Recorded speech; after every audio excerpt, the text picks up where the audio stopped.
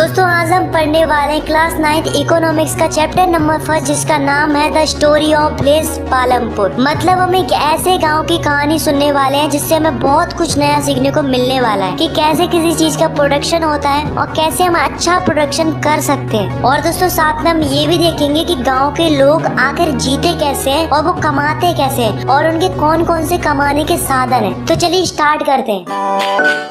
तो दोस्तों ये कहानी है एक गांव की जिसका नाम है पालमपुर। इस गांव में ज्यादातर लोग एक ही काम करते हैं जो कि है फार्मिंग, और कुछ लोग ऐसे भी हैं जो कि फार्मिंग के अलावा अदर वर्क्स भी करते हैं जैसे कि मैन्युफैक्चरिंग, डेयरी, ट्रांसपोर्ट और भी बहुत सारी चीजें हैं। जब हम पालमपुर से 3 किलोमीटर दूर जाते हैं तो हमें एक बड़ा गाँव मिलता है जो की है रायगंज, और रायगंज से थोड़ी पास में एक और कस्बा है जिसका नाम है शाहपुर। और ये तीनों एक ही पक्की सड़क से कनेक्टेड है जिसपे कई सारे साधन चलते हैं जैसे कि मोटरसाइकिल, जीप, ट्रैक्टर, ट्रक और कुछ ऐसे भी साधन चलते हैं जैसे कि बैलगाड़ी, टांगा, जिनके ऊपर फार्मर्स कई सारा सामान लादकर एक गांव से दूसरे गांव व्यापार के लिए जाया करते हैं। दोस्तों पालमपुर गांव इतना बड़ा तो नहीं है, फिर भी उसके अंदर अलग अलग जातियों के लगभग 450 परिवार रहते हैं। इनमें से 80 परिवार ऐसे हैं जो कि अपर कास्ट से बिलोंग करते हैं। इनके मकान काफी बड़े बड़े हैं जो कि ईंट और सीमेंट से बने हुए हैं। और दूसरी ओर जो पालमपुर की 1/3 पॉपुलेशन है वो लोअर कास्ट से बिलोंग करती है जो कि गांव के कोने में छोटे छोटे घरों में रहती है जिनके घर मिट्टी या घास फूस के बने हुए होते हैं। दोस्तों ऐसा नहीं है कि पालमपुर गांव में कोई सुख सुविधा मौजूद नहीं है, बल्कि कई सारी सुख सुविधाएं मौजूद हैं जैसे कि पालमपुर के अधिकांश घरों में इलेक्ट्रिसिटी है, खेतों में ट्यूबवेल्स लगे हुए हैं और भी कई सारी चीजें जिनमें पालमपुर के लोग इलेक्ट्रिसिटी का इस्तेमाल करते हैं। दोस्तों पालमपुर गाँव में एजुकेशन के लिए 2 प्राइमरी स्कूल और एक हाई स्कूल भी बनवाया गया है। दोस्तों इस गाँव में लोगों के इलाज के लिए एक प्राइमरी हेल्थ सेंटर भी है जो की गवर्नमेंट के द्वारा चलाया जाता है, और साथ में एक प्राइवेट डिस्पेंसरी भी है जहाँ पर लोगों का इलाज किया जाता है। तो दोस्तों हम पालमपुर गांव को फुली डेवलप तो नहीं कह सकते, फिर भी हम इसको फेयरली वेल डेवलप तो कह ही सकते हैं क्योंकि इसमें लगभग सारी सुख सुविधाएं मौजूद है जैसे कि इस गांव में रोड्स हैं, ट्रांसपोर्ट्स हैं, स्कूल्स हैं, हॉस्पिटल्स हैं, इलेक्ट्रिसिटी है और भी कई सारी चीजें। अगर हम अदर विलेज से कंपेयर करें तो हमें पता चलता है कि लगभग सारी फैसिलिटीज विलेज पालमपुर के अंदर मौजूद है। सो गाइस हमारे इस चैप्टर का पहला टॉपिक है जिसका नाम है ऑर्गेनाइजेशन ऑफ प्रोडक्शन। तो दोस्तों इस टॉपिक को समझने से पहले हमें ये समझना होगा कि आखिर प्रोडक्शन क्या होता है। तो दोस्तों प्रोडक्शन हम उन चीजों को बनाने के लिए करते हैं जिन चीजों की हमें जरूरत होती है। अब दोस्तों ऐसा नहीं है कि प्रोडक्शन अपने आप हो जाता है, बल्कि हमें 4 चीजों की जरूरत पड़ती है किसी भी चीज का प्रोडक्शन करने के लिए। जैसे कि फर्स्ट रिक्वायरमेंट है लैंड। अच्छा आप ही बताओ ज्यादातर चीजों का प्रोडक्शन करने के लिए हमें किस चीज की जरूरत पड़ती है? फैक्ट्रीज की। अब दोस्तों ऐसा तो है नहीं कि हम फैक्ट्रीज को हवा में बनाते हो, फैक्ट्रीज बनती तो जमीन पर ही है ना। अब जैसे मान लो आपको क्रॉप प्रोडक्शन करना है तो क्या हम फसल बिना जमीन के उगा सकते हैं? नहीं ना, पहले तो हमें जमीन ही चाहिए तभी तो हम फसल उगा पाएंगे। तो पहला फैक्टर क्या हो गया? लैंड। मतलब हमें प्रोडक्शन करने के लिए हमें सबसे पहले जिस चीज की जरूरत होती है वो होती है लैंड, और लैंड के साथ अदर नेचुरल रिसोर्सेज की। सेकंड रिक्वायरमेंट पड़ती है हमें लेबर की। अच्छा आप खुद ही सोचो, अगर हमने किसी चीज की फैक्ट्री खोली तो क्या वो अपने आप चलेगी? बल्कि हमें फैक्ट्री को रन कराने के लिए कई सारे वर्कर्स की जरूरत पड़ेगी, और वर्कर्स को ही हम क्या बोलते हैं? लेबर्स। फसल उगाने से लेकर फसल काटने तक भी हमें लेबर्स की जरूरत पड़ती है, यानी कि प्रोडक्शन करने के लिए सेकेंडली किस चीज की रिक्वायरमेंट होती है? लेबर की। थर्ड फैक्टर है फिजिकल कैपिटल, जिसकी हमें सबसे ज्यादा रिक्वायरमेंट होती है। फिजिकल कैपिटल 2 टाइप्स की होती है। पहली होती है फिक्स्ड कैपिटल और दूसरी होती है वर्किंग कैपिटल। अब फिक्स्ड कैपिटल क्या होती है? जैसे कि मशीन्स हो गए, tools, generator, computers, building etcetera etcetera. तो दोस्तों इस टाइप की चीजों को हम क्या बोलते हैं? फिक्स्ड कैपिटल बोलते हैं, क्योंकि इन्हें सालों साल तक इस्तेमाल किया जा सकता है। बल्कि ऐसा नहीं है कि एक बार इस्तेमाल करने के बाद हम दूसरी साल नई मशीन और दूसरी चीजें खरीदते हैं। जैसे मान लो एक ट्रैक्टर है तो क्या हम हर फसल के लिए अलग अलग ट्रैक्टर का इस्तेमाल करते हैं? नहीं ना, बल्कि वही ट्रैक्टर का इस्तेमाल करते हैं हर एक फसल के लिए। तो ये सब क्या है? एक फिक्स्ड कैपिटल है।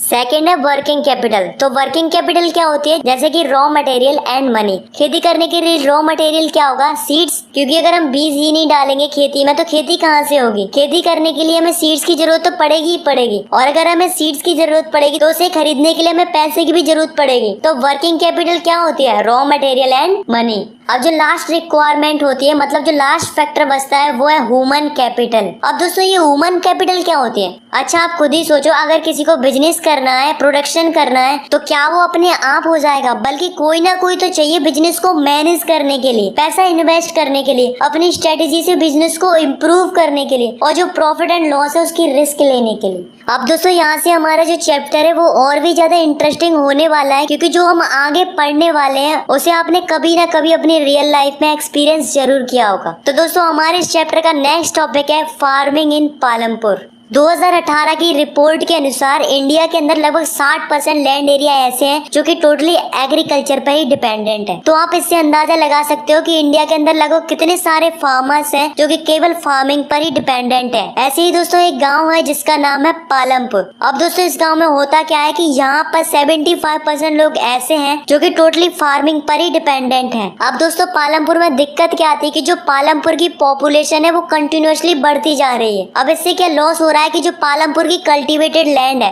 वो तो फिक्स्ड है। अगर हम सिंपल शब्दों में कहें तो डिमांड ज्यादा है मगर सप्लाई कम है, क्योंकि लैंड तो उतनी ही है मगर कंज्यूम करने वाले लोग ज्यादा हैं। तो दोस्तों इसके लिए हम क्या कर सकते हैं? तो पहला तरीका है कि हम लैंड को बढ़ा सकते हैं, क्योंकि जितनी ज्यादा जमीन होगी उतनी ज्यादा क्रॉप की प्रोडक्शन होगी। पर इसमें एक प्रॉब्लम थी कि लैंड को केवल एक ही तरीके से बढ़ाया जा सकता है कि जो बंजर जमीन है उसे कल्टीवेटेड लैंड में बदल दिया जाए। बट गाइस जितनी भी लैंड बढ़ सकती थी पालमपुर की वो 1960 में ग्रीन रेवोल्यूशन के दौरान ऑलरेडी बढ़ा दी गई थी। अब पालमपुर की जमीन को बढ़ाने की बिल्कुल भी गुंजाइश नहीं थी। इसलिए जो पालमपुर के लोग हैं वो दूसरे तरीके का इस्तेमाल करते हैं जिससे वो कम जगह में ज्यादा फसल उगाकर ज्यादा प्रोडक्शन कर सके। जैसे कि जो पालमपुर के लोग हैं वो एक ही साल के अंदर कई सारी फसल उगाते हैं, जैसे कि रेनी सीजन में ज्वार बाजरा, अक्टूबर से लेकर दिसंबर तक पोटैटो, और जब विंटर सीजन आता है तो उसमें गेहूं की फसल उगाते हैं। जिससे क्या होता है कि जो पालमपुर के लोग हैं वो एक ही साल में कम जमीन के अंदर ज्यादा प्रोडक्शन कर लेते हैं, जिससे उन्हें ज्यादा आउटकम होता है। तो जब हम एक साल के अंदर कई सारी फसलें उगाते हैं एक ही जगह पर तो उसे हम क्या बोलते हैं? Multiple cropping.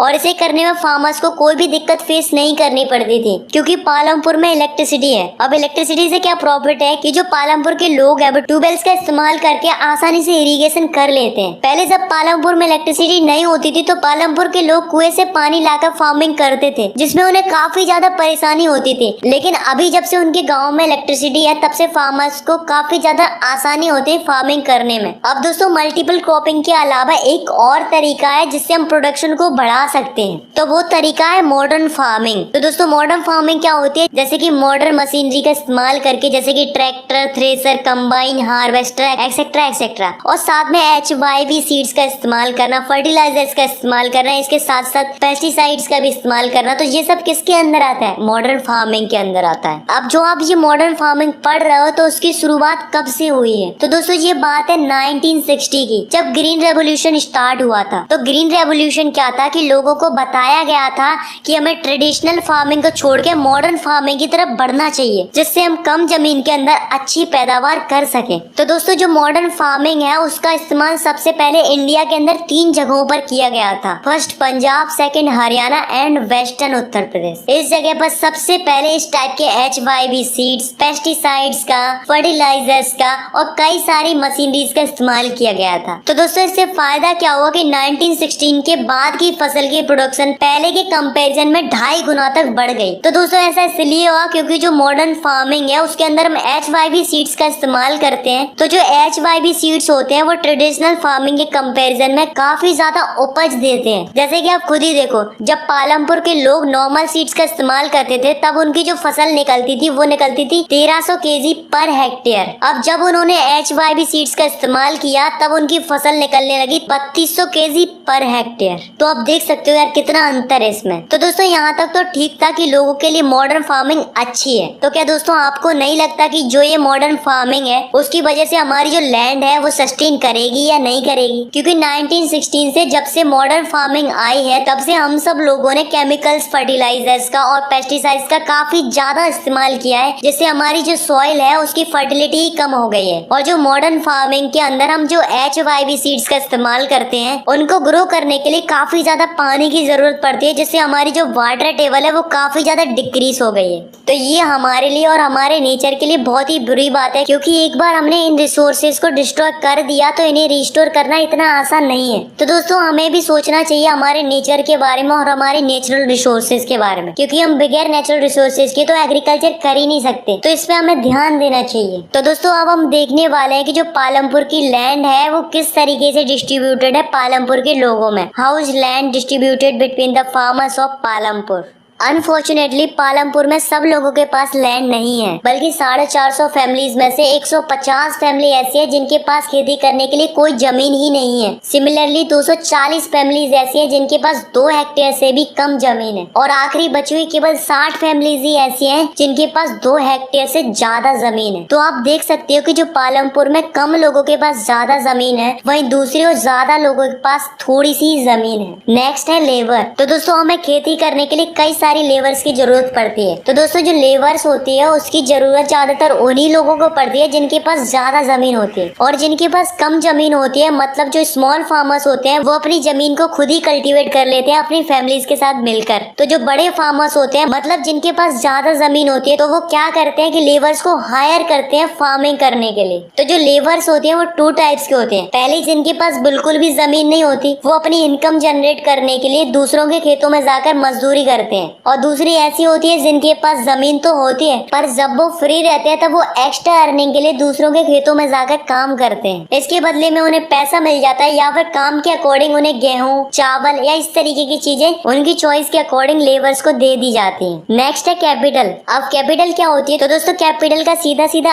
अर्थ होता है मनी, यानी कि पैसा। तो जैसा कि हमने देखा कि मॉडर्न फार्मिंग को करने के लिए कई सारी चीजों की जरूरत पड़ती है, जैसे कि HYB seeds, chemical fertilizer, pesticides, machinery जैसे कि ट्रैक्टर, हार्वेस्टर, थ्रेसर, और भी कई सारी चीजें जिनकी हमें जरूरत पड़ती है मॉडर्न फार्मिंग करने के लिए। तो गाइज आप ही बताओ, अगर इतनी सारी चीजों की जरूरत पड़ेगी तो इन्हें अफोर्ड करने में खर्चा भी ज्यादा होगा। तो जो पुअर फार्मर्स होते हैं वो क्या करते हैं कि जो बड़े बड़े फार्मर्स होते हैं, या मनी लेंडर्स होते हैं, या ट्रेडर्स होते हैं, उनसे पैसे उधार ले लेते हैं, और वो स्मॉल फार्मर्स को पैसा भी दे देते हैं, पर बाद में फार्मर्स को उनका काफी ज्यादा इंटरेस्ट चुकाना पड़ता है। तो जो स्मॉल फार्मर्स की खेती होती है उसका पूरा का पूरा पैसा इनका कर्ज ही चुकाने में लग जाता है। ऑन दी अदर हैंड जो अमीर फार्मर्स होते हैं उनके पास ज्यादा जमीन होती है। अब जब ज्यादा जमीन होगी तो ज्यादा फसल उगेगी। तो जो अमीर फार्मर्स होते हैं वो क्या करते हैं कि जो अनाज निकलता है पहले तो उसे अपने खाने के लिए स्टोर कर लेते हैं, फिर बाद में जो कुछ भी अनाज बचता है उसे मार्केट में सेल कर देते हैं, और फिर उसे बेचकर जो पैसे मिलते हैं उन्हें अपनी सेविंग्स में सेव कर लेते हैं, और यही साइकिल रिपीट होती रहती है, और जो अमीर फार्मर्स होते हैं उनकी सेविंग बढ़ती ही जाती है। इसी टॉपिक से रिलेटेड एक क्वेश्चन अराइज होता है, वो होता है कि सरप्लस क्या होता है? Surplus means that an amount that is extra और मोर देन यू नीड। तो इसका सिंपल सा अर्थ होता है कि जो हमारी रिक्वायरमेंट होती है उसको फुलफिल करने के बाद जो बचता है उसे हम सरप्लस कहते हैं। जैसे कि मान लो हमें खाने पीने के लिए बेसिक रिक्वायरमेंट्स के लिए 50 क्विंटल गेहूं की जरूरत पड़ती है,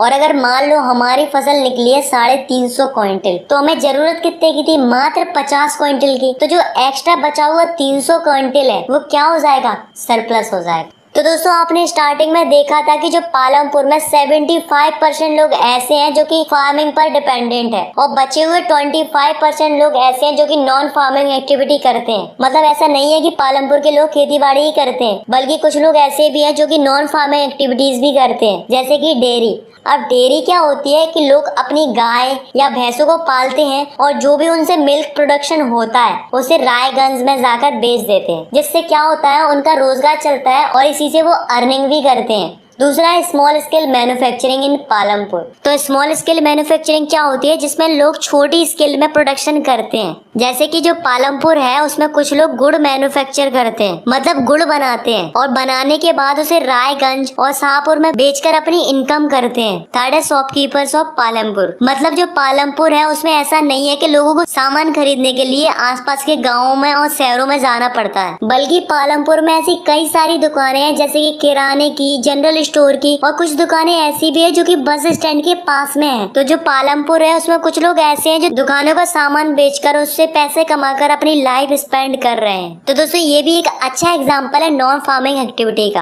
अब दोस्तों लास्ट है transport of fasting developing sector. तो दोस्तों जैसा कि आप सभी जानते हैं कि जो पालमपुर है वो काफी ज्यादा अच्छे से कनेक्टेड है आसपास के गाँव से और कस्बों से, जैसे कि रायगंज और शाहपुर। तो दोस्तों ऐसा नहीं है कि लोग एक गाँव से दूसरे गाँव पैदल ही निकल पड़ते हैं, बल्कि इसके लिए कई सारे लोग हैं जो कि ट्रांसपोर्ट सर्विसेज देते हैं, जैसे कि रिक्शा वाला, टांगा वाला, जीप, ट्रैक्टर, ट्रक, और भी कई सारे साधन है जिनको लोग चला के अपनी रोजी रोटी चलाते हैं, जिनसे उन्हें रोजगार मिल जाता है और उनसे उन्हें कमाने का साधन भी मिल जाता है। तो दोस्तों आपके लिए एक नोटिस है कि जो ये पालमपुर की स्टोरी आपने सुनी है, ऐसा गांव रियलिटी में एग्जिस्ट करता ही नहीं है। मतलब ये केवल एक इमेजिनेशन थी। इस कहानी का मकसद केवल इतना ही था कि आपको प्रोडक्शन से रिलेटेड कई सारी चीजों को सिखाना है। अगर मैं आपको ये पहले बता देता तो शायद आप एक रियल लाइफ के इंटरेस्ट के साथ नहीं पढ़ते। सो आई होप आपको ये चैप्टर समझ में आ गया होगा। अगर आपको लगता है कि इस वीडियो से आपको क्वालिटी मिली है तो यार आप इस वीडियो को लाइक कर सकते हो, चैनल को सब्सक्राइब कर सकते हो, और अगर आपको कुछ